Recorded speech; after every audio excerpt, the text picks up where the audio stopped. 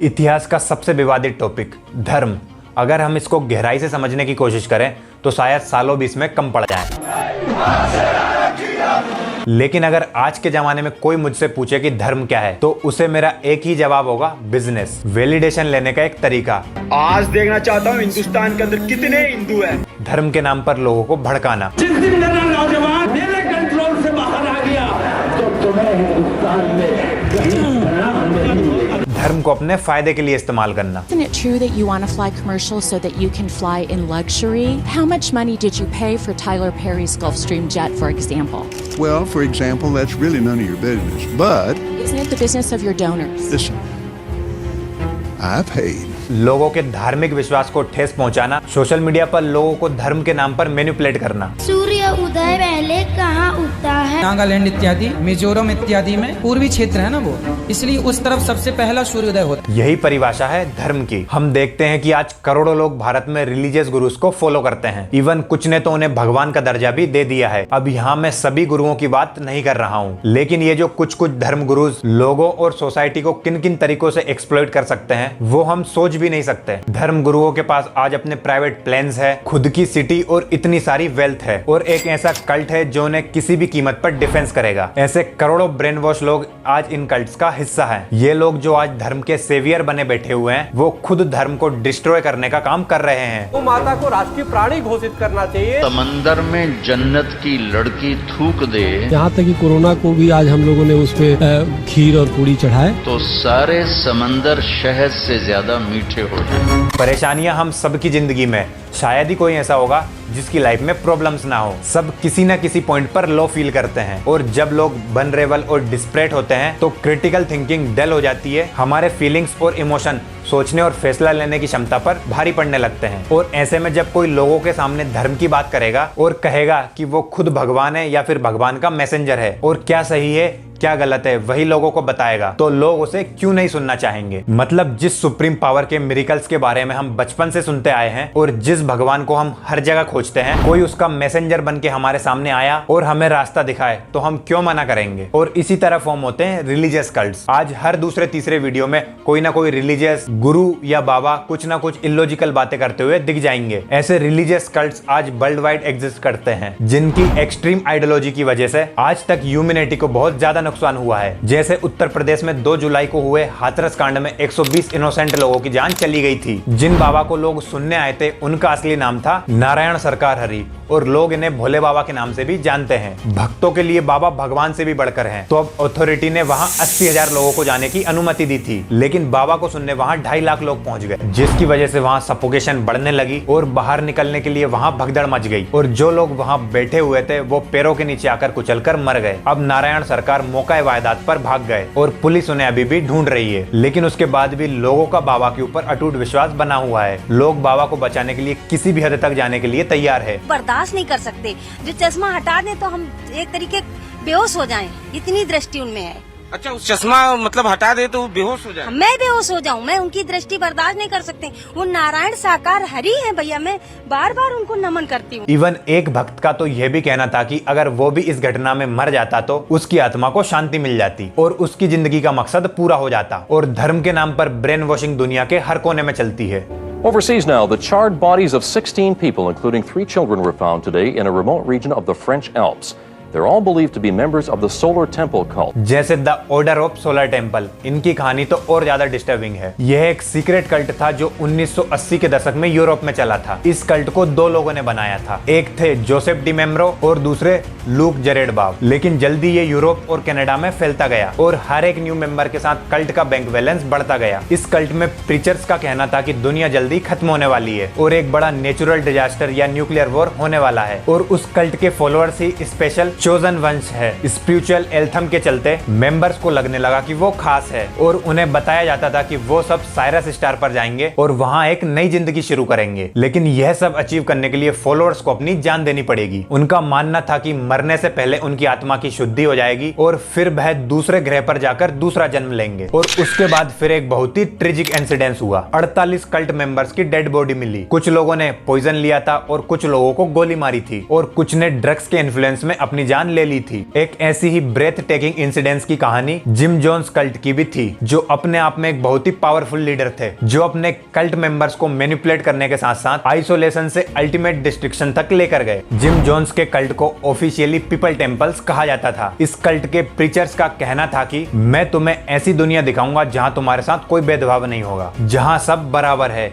उसकी इस बात ने बहुत सारे लोगों को इन्फ्लुएंस किया था और इस कहानी का अंत भी बहुत दुखद हुआ था। उसने अपने फॉलोअर्स को कन्विंस किया कि मोक्ष का एक रास्ता मार्क्स है और इसे एक रिवॉल्यूशनरी एक्ट मानते हुए 900 लोगों ने अपनी जान ले ली थी, जिसमें 300 से ज्यादा बच्चे थे। A charismatic preacher to build a new society, but it ended, of course, with the tragic deaths of more than 900 people. तो अब आपको लग रहा होगा कि ये रिलीजियस गुरुज इस हद तक लोगों का ब्रेन वॉश कैसे कर सकते हैं। तो अभी तो रुको, आगे इससे भी शॉकिंग चीज आएगी। They are some of the most popular and flashy TV evangelists in the country. These men appear to have made a lot of money, and they travel, well, like kings.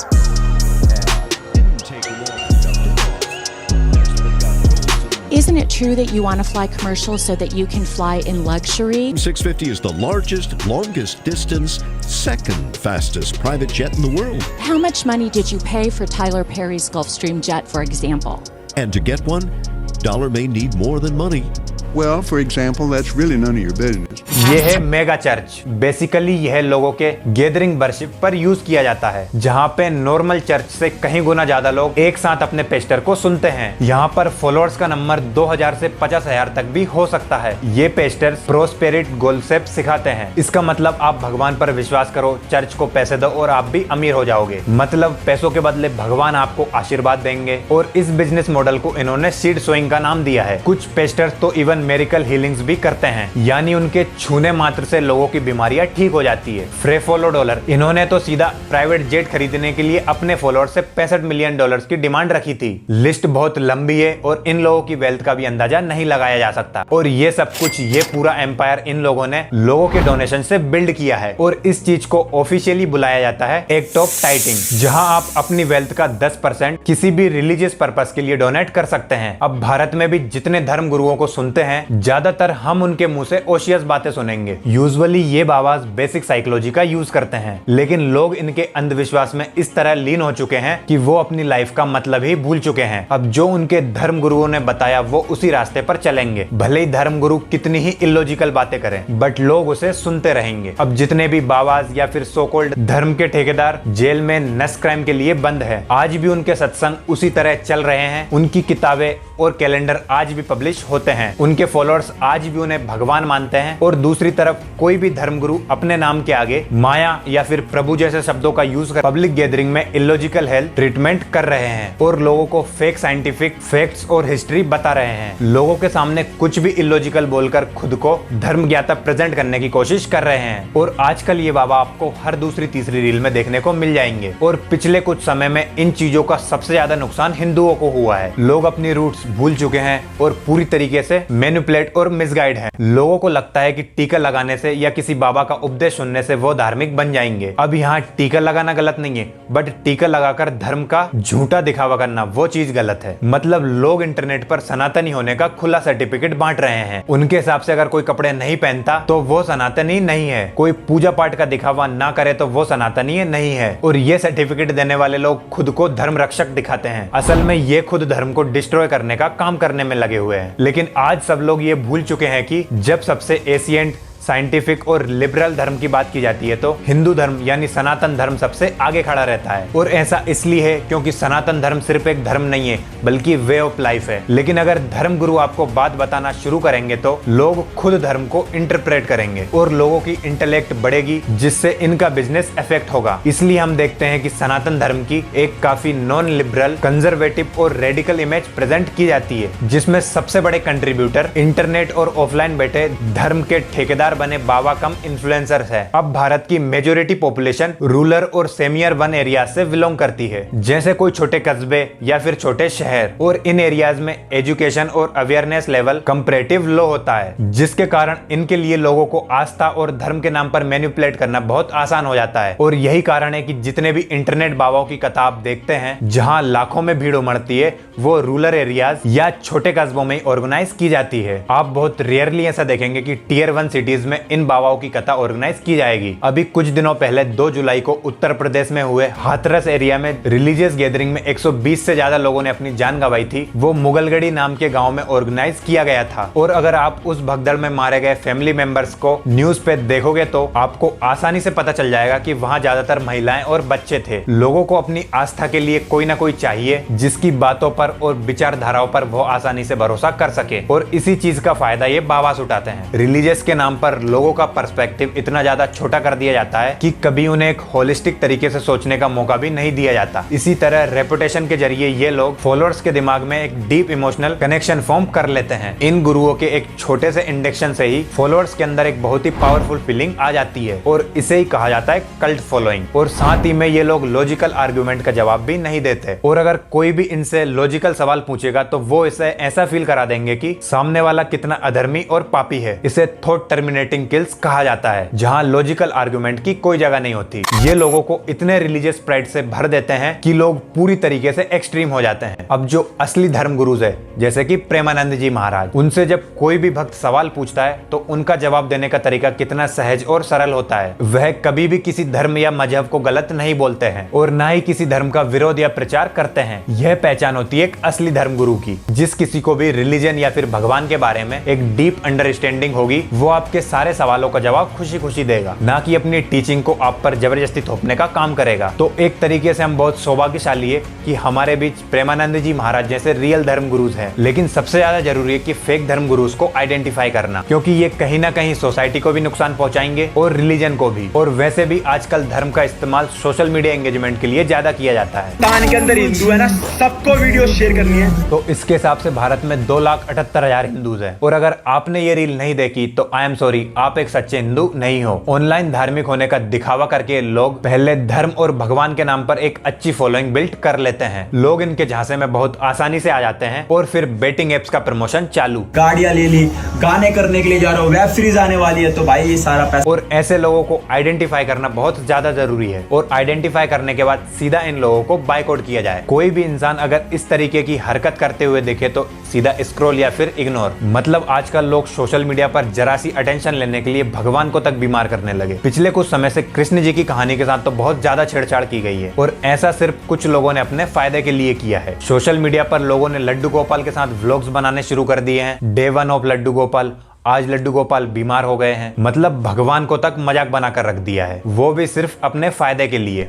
स्वांग मत समझो राधा कृष्ण को, स्वांग मत समझो। वो समझ रहा है मेरे स्वागत के लिए, तुम्हारे स्वागत के लिए ना नरक का स्वागत होगा। तो यहाँ पर यंग जनरेशन को ये समझना होगा कि सोशल मीडिया पर धर्म और कल्चर की बात करने वाले व्यक्ति धर्म रक्षक नहीं है। इंग्लिश में एक वर्ड होता है डॉगमेटिक बिहेवियर। इसका मतलब होता है कि एक व्यक्ति ने जो अपने ओपिनियन या फिर थॉट्स बना लिए हैं, वो सिर्फ उन्हीं पर विश्वास करना चाहेगा। आप चाहे उसे कितना भी विश्वास दिला लो, वह उस चीज से नहीं हटेगा। यही डॉगमेटिक बिहेवियर इन बाबास के मेजोरिटी फॉलोअर्स में देखने को मिलेगा। अनफॉर्चुनेटली हम इसे चेंज तो नहीं कर सकते, पर एज इंडिविजुअल हम धर्म की अच्छी बातों को युवा पीढ़ी तक जरूर पहुंचा सकते हैं और उन्हें ब्रेन वॉश होने से बचा सकते हैं। जिन लोगों ने धर्म के नाम पर कल्ट फॉर्म कर रखे हुए हैं, उन्हें इग्नोर करने की जरूरत है, उन्हें आइडेंटिफाई करने की जरूरत है। काफी ज्यादा सोचने समझने के बाद हमने इस टॉपिक पर काम किया है। शायद इसमें कुछ बातें ऐसी होंगी जो कुछ लोगों को अच्छी नहीं लगी होगी। बाकी अगर किसी भी धर्म या मजहब के लोगों को ठेस पहुंची हो तो उसके लिए एक्सट्रीमली सॉरी, बट ये बातें लोगों तक पहुंचाना बहुत ज्यादा जरूरी है। इसके लिए जागरूक होना बहुत ज्यादा इंपॉर्टेंट है और जितना हो सके इस वीडियो को शेयर करना। सो आज की इस वीडियो में बस इतना ही। अगर वीडियो पसंद आई हो तो लाइक, कॉमेंट एंड शेयर। अगर चैनल पर नए हो तो डू सब्सक्राइब। मिलते हैं नेक्स्ट वीडियो में। बाय।